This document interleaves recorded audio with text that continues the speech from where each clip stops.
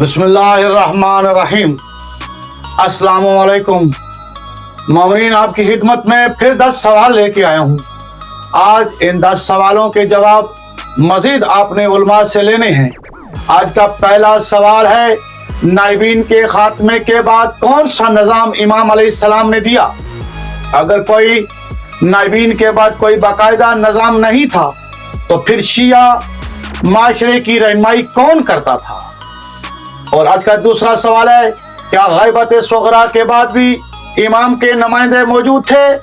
अगर गैबत सुगरा के बाद भी नुमाइंदे मौजूद थे तो फिर इन्हें नाइब क्यों नहीं कहा गया? और आज का तीसरा सवाल है, इमाम महदी अलैहिस्सलाम ने गैबत सुगरा में कितने खतूत भेजे? अगर खतूत की तादाद कम है तो क्या ये कहा जा सकता है कि नाइबीन का किरदार महदूद था? और आज का चौथा सवाल है, अगर बाज़ खतूत मशकूक हैं तो फिर हम कैसे यकीन कर सकते हैं कि बाकी खतूत असली हैं? आज का पांचवा सवाल, इमाम के खतूत की तस्दीक कैसे की जाती है? कैसे पता चल सकता है कि इमाम अलैहिस्सलाम के खतूत ठीक हैं और ये दूसरे गलत हैं? वो तरीका बताया जाए। आज का छठा सवाल, 4 नाइबीन ने 69 या 74 सालों में शियों को क्या फायदा पहुंचाया? अगर नाइबीन का किरदार महदूद था तो फिर इन्हें इतनी अहमियत क्यों दी जाती है? आज का सातवां सवाल, क्या नाइबीन के दौर में शिया माशरे को कोई खास हदायत मिली? अगर हदायत महदूद थी तो फिर 4 नाइबीन का किरदार क्या था? आज का आठवां सवाल, नाइबीन के दौर के बाद शिया माशरे की रहनुमाई कौन करता था? अगर नाइबीन के बाद कोई निज़ाम नहीं था तो फिर शिया माशरे की रहनुमाई कैसे की जा रही थी?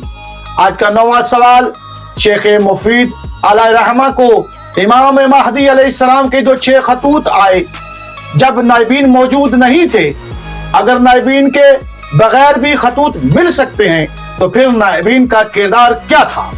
आज का 10वां सवाल, क्या गैबत सुगरा में सिर्फ 4 नाइबीन ही थे? अगर दूसरे वकला भी थे तो फिर सिर्फ 4 को नाइब क्यों कहा गया है? इन सवालात के जवाब हमने उलमा से लेने हैं और तमाम जो भी इस वीडियो को देखे उससे मेरी ये गुजारिश है, अगर आप आले मोहम्मद के सच्चे शिया हैं तो इन सवालात को उलमा तक पहुंचाया जाए और इन सवालात के जवाबात लिए जाए ताकि पता चल सके हकीकत क्या है। ये वीडियो बनाने का मकसद फकत और फकत हक को जानना मकसद है, किसी की तौहीन करना मकसद नहीं, ना किसी को नीचा दिखाना मकसद है। अगर मैं झूठ बोलूं तो मोहम्मद वाले मोहम्मद अलैहिस्सलाम का मुजरम हूं, और अगर कोई हक को छिपाए और उस हक को बयान न करे तो वो अल्लाह और मोहम्मद वाले मोहम्मद अलैहिस्सलाम का मुजरम है। दुआओं में याद रखिएगा। अस्सलामु अलैकुम। तो फया अली अलैहिस्सलाम मदद।